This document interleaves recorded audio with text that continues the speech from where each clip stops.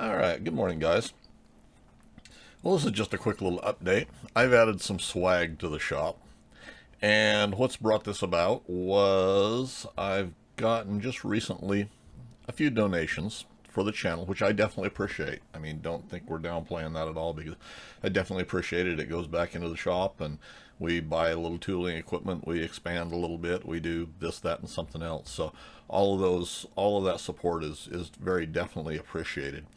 But we've added a little bit of our own swag finally after all of this time. And what's brought this about is some of these donations and things through YouTube and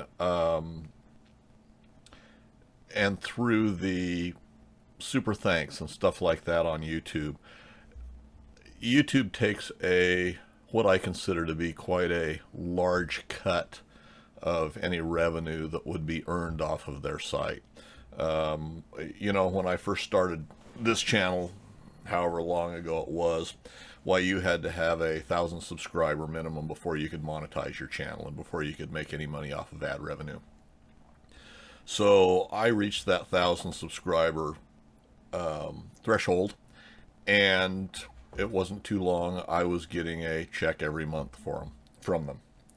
And I was very happy with that growth. And I'm still a small channel. I'm not a large channel by any means, but it does continue to grow slowly. And I probably see the same number of views and watch time as I did once I initially met that 1,000 subscriber threshold. It wasn't but about 3 months after I started getting a consistent check every month that they decided to change the game again, and they had their big shake up, and you had to do whatever it was, and they restricted your views more. So my channel was still monetized. There was no problem with that. But now, instead of getting a check every month, why, it would take me literally 3 months to reach the same amount of money that I was getting monthly when this first started out and I was initially monetized. And that's still true. It's still, and whether it's throttled by YouTube, whether that's just the growth, the way the algorithm reads it, whatever the case may be, it still takes me about 3 months to reach the same amount of revenue that I got, once it was initially monetized, within the first 3 months of being monetized. So they've taken quite a cut off of the same content, and in some instances, for some things, I'm producing more content. So to me, that's a lot. And now here recently, not too long ago, why they went to automatically adding ads whether you monetize your channel or not. So they were making more revenue off of that. And then they promoted it to where they would automatically put mid-roll ads in there. Well, once we got to looking at it and figuring it out, and I got a couple of basically complaints from viewers saying that they had, 10 or 12 ads on one of my probably 45-minute videos. So once I got to investigating and looking at that, every time there was any kind of a break, if you allow them to automatically put their ads in there, why, they're putting 9, 10, a dozen ads in a 45-minute video, half-hour video, whatever the case may be. So what I've done is I've gone back and I've cut those back. I still leave normally about 2 or 3 ads mid-roll on the videos.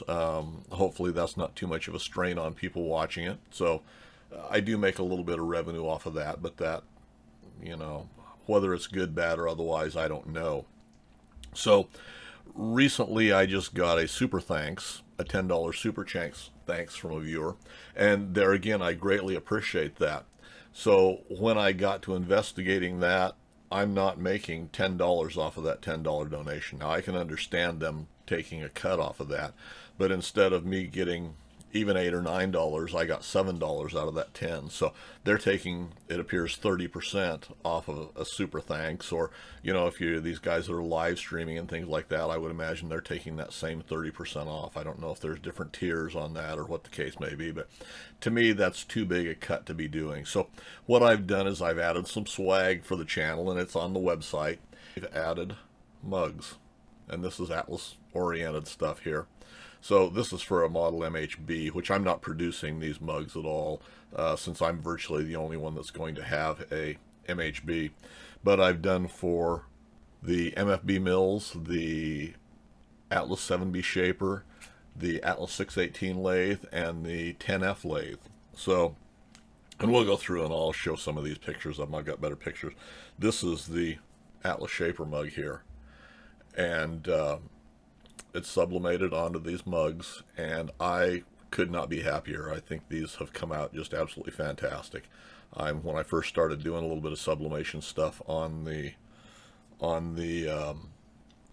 for my tags and stuff for on the machines, I was very happy with those, and I am still very extremely happy with these.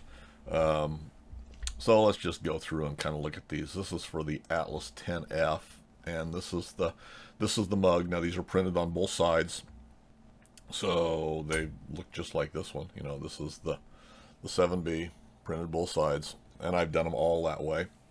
So it gets a little bit tight on the lathes out there. They stretch out a little bit more, but they still fit on there, and I think fit on there quite nicely. So these are the 10S. Now these are an 11-ounce mug, and I may later on go and add, say, a 15-ounce mug or something else if this is popular at all. And it's just basically a way to support me. You know, I've started using this MHB mug just the last couple of days, and I'm perfectly happy with it. I think they're a nice mug. They've got a fairly comfortable handle on them. You know, they're not, you know, it's not like you're squishing your fingers down into nothingness and stuff. And I'm really very, very pleased with them. Now, these mugs are sold to me as dishwasher safe, and I'm assuming microwave safe. I'll have to go back and look, but I believe they said they were microwave safe. They're not marked in any way saying they are dishwasher safe. You know, kind of do that at your own risk. I'm personally going to hand wash mine. I normally hand wash my mugs anyway, and I don't think it's that big a deal to swab them out when I walk back in the house or get up from my morning coffee type of thing. But here's the rest of the 10F. This is just different views. I gave a couple, 3 views, and these are the pictures that are on the website now. So I'm just extremely happy with them. The detail on them is very good for the size of the artwork and everything. So yeah, I think it's a fun little project, and I think they came out very nice. So yeah, that's 10F stuff. I don't know if we can zoom in a little bit more. There we go. That's kind of the detail you see.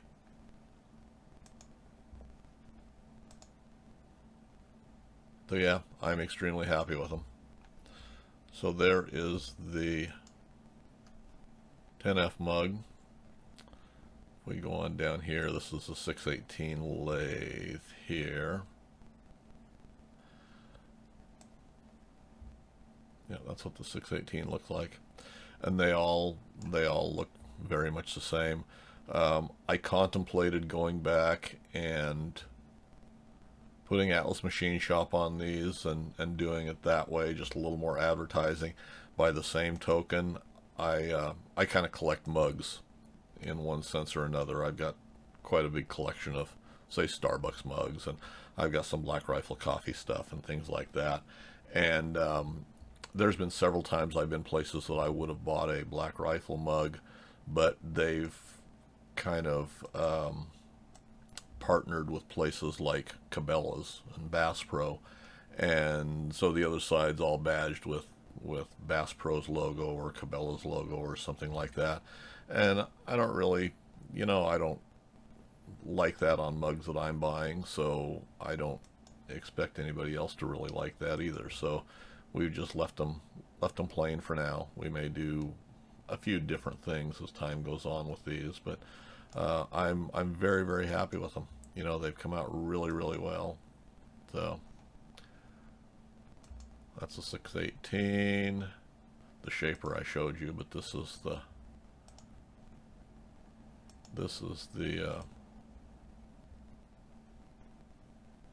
shaper, the 7B on the mug.